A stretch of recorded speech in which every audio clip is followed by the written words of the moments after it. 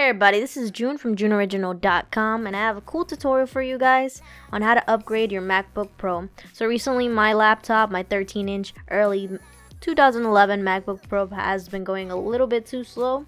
So I decided we're going to give it a few upgrades today, and I'm making this tutorial to help anybody who wants to upgrade their setup as well. Now before you get started switching out all the parts, here's what you'll need. Some type of soft surface to work on. I'm just putting down this t-shirt here, and this will do. I'm going to be switching out the hard drive here from my 320GB hard drive that comes stock with the MacBook Pro to a 1TB SSD. The SSD will improve all around performance and boot up speed. Next, I'll be upgrading the 4GB of RAM that comes stock with the computer to 16GB. This will really help and come in handy for all those kinds of software like Photoshop. Now, since I'm going to be switching on my hard drive, I do need to create a bootable OSX USB. This is a very important step that needs to be done ahead of time. So if you're going to be switching out the hard drive, I'm going to go ahead and show you how to create a bootable OSX USB. You will need a copy of your OS. The easiest way I found to get your hands on one of these is go to the App Store, under your Purchase tabs. If you have recently done any software updates, you should see your OS there. Click Install. Then you want to go ahead and download DiskMaker X. Links will be down below. Once you have your OS downloaded, open DiskMaker X, choose your OS, use this copy. Then go ahead and select Use another kind of disk, name the disk, choose disk, and continue. It will take a while to process through, about 10 to 15 minutes. Once it's all the way done processing, you will see this screen with your ready-made bootable USB. Once you have all the needed parts, you're ready to begin. Start off by removing the screws from the back cover of your MacBook. Now, you will need to screw off all the screws in an orderly manner. You do not want to mix up any screws because, as you see here, some of them are long. The back screws tend to be the ones that are longer, and they each belong in a certain area. After removing the back cover, our next step is to disconnect the battery. You want to make sure the battery is disconnected before touching or switching out any part of your Mac. You do not want power running through your logic board while you are switching parts. This is known to mess up many MacBooks. Let's start off by switching out the RAM. To remove the RAM, push apart the two side latches. The RAM will pop open. For the top RAM stick, just pull it evenly towards you. Very simple. Bottom RAM stick is a bit more difficult to pull out. As you see here, I did use these tiny tweezer things to gently and slowly sort of push the bottom RAM stick. It did take a bit of time, but we got it out.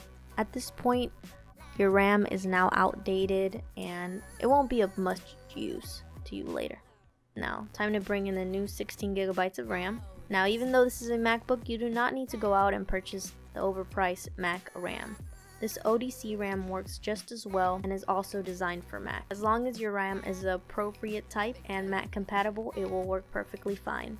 Corsair RAM is also really good for this type of scenario.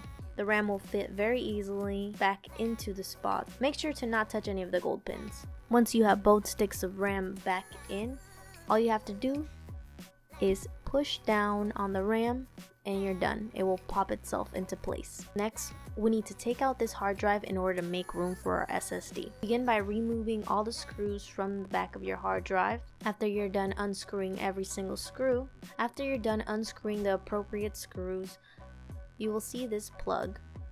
Unplug it with a sturdy motion. Peel this plastic tab off the back of your hard drive. It will come in handy later.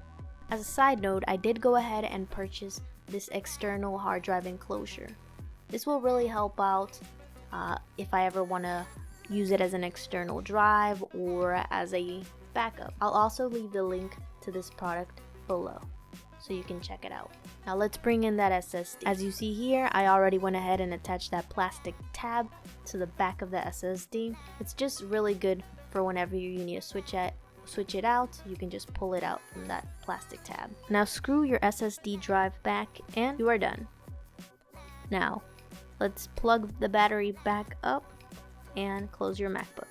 Now pull out that bootable USB stick and put it into your MacBook. Turn on your MacBook and wait.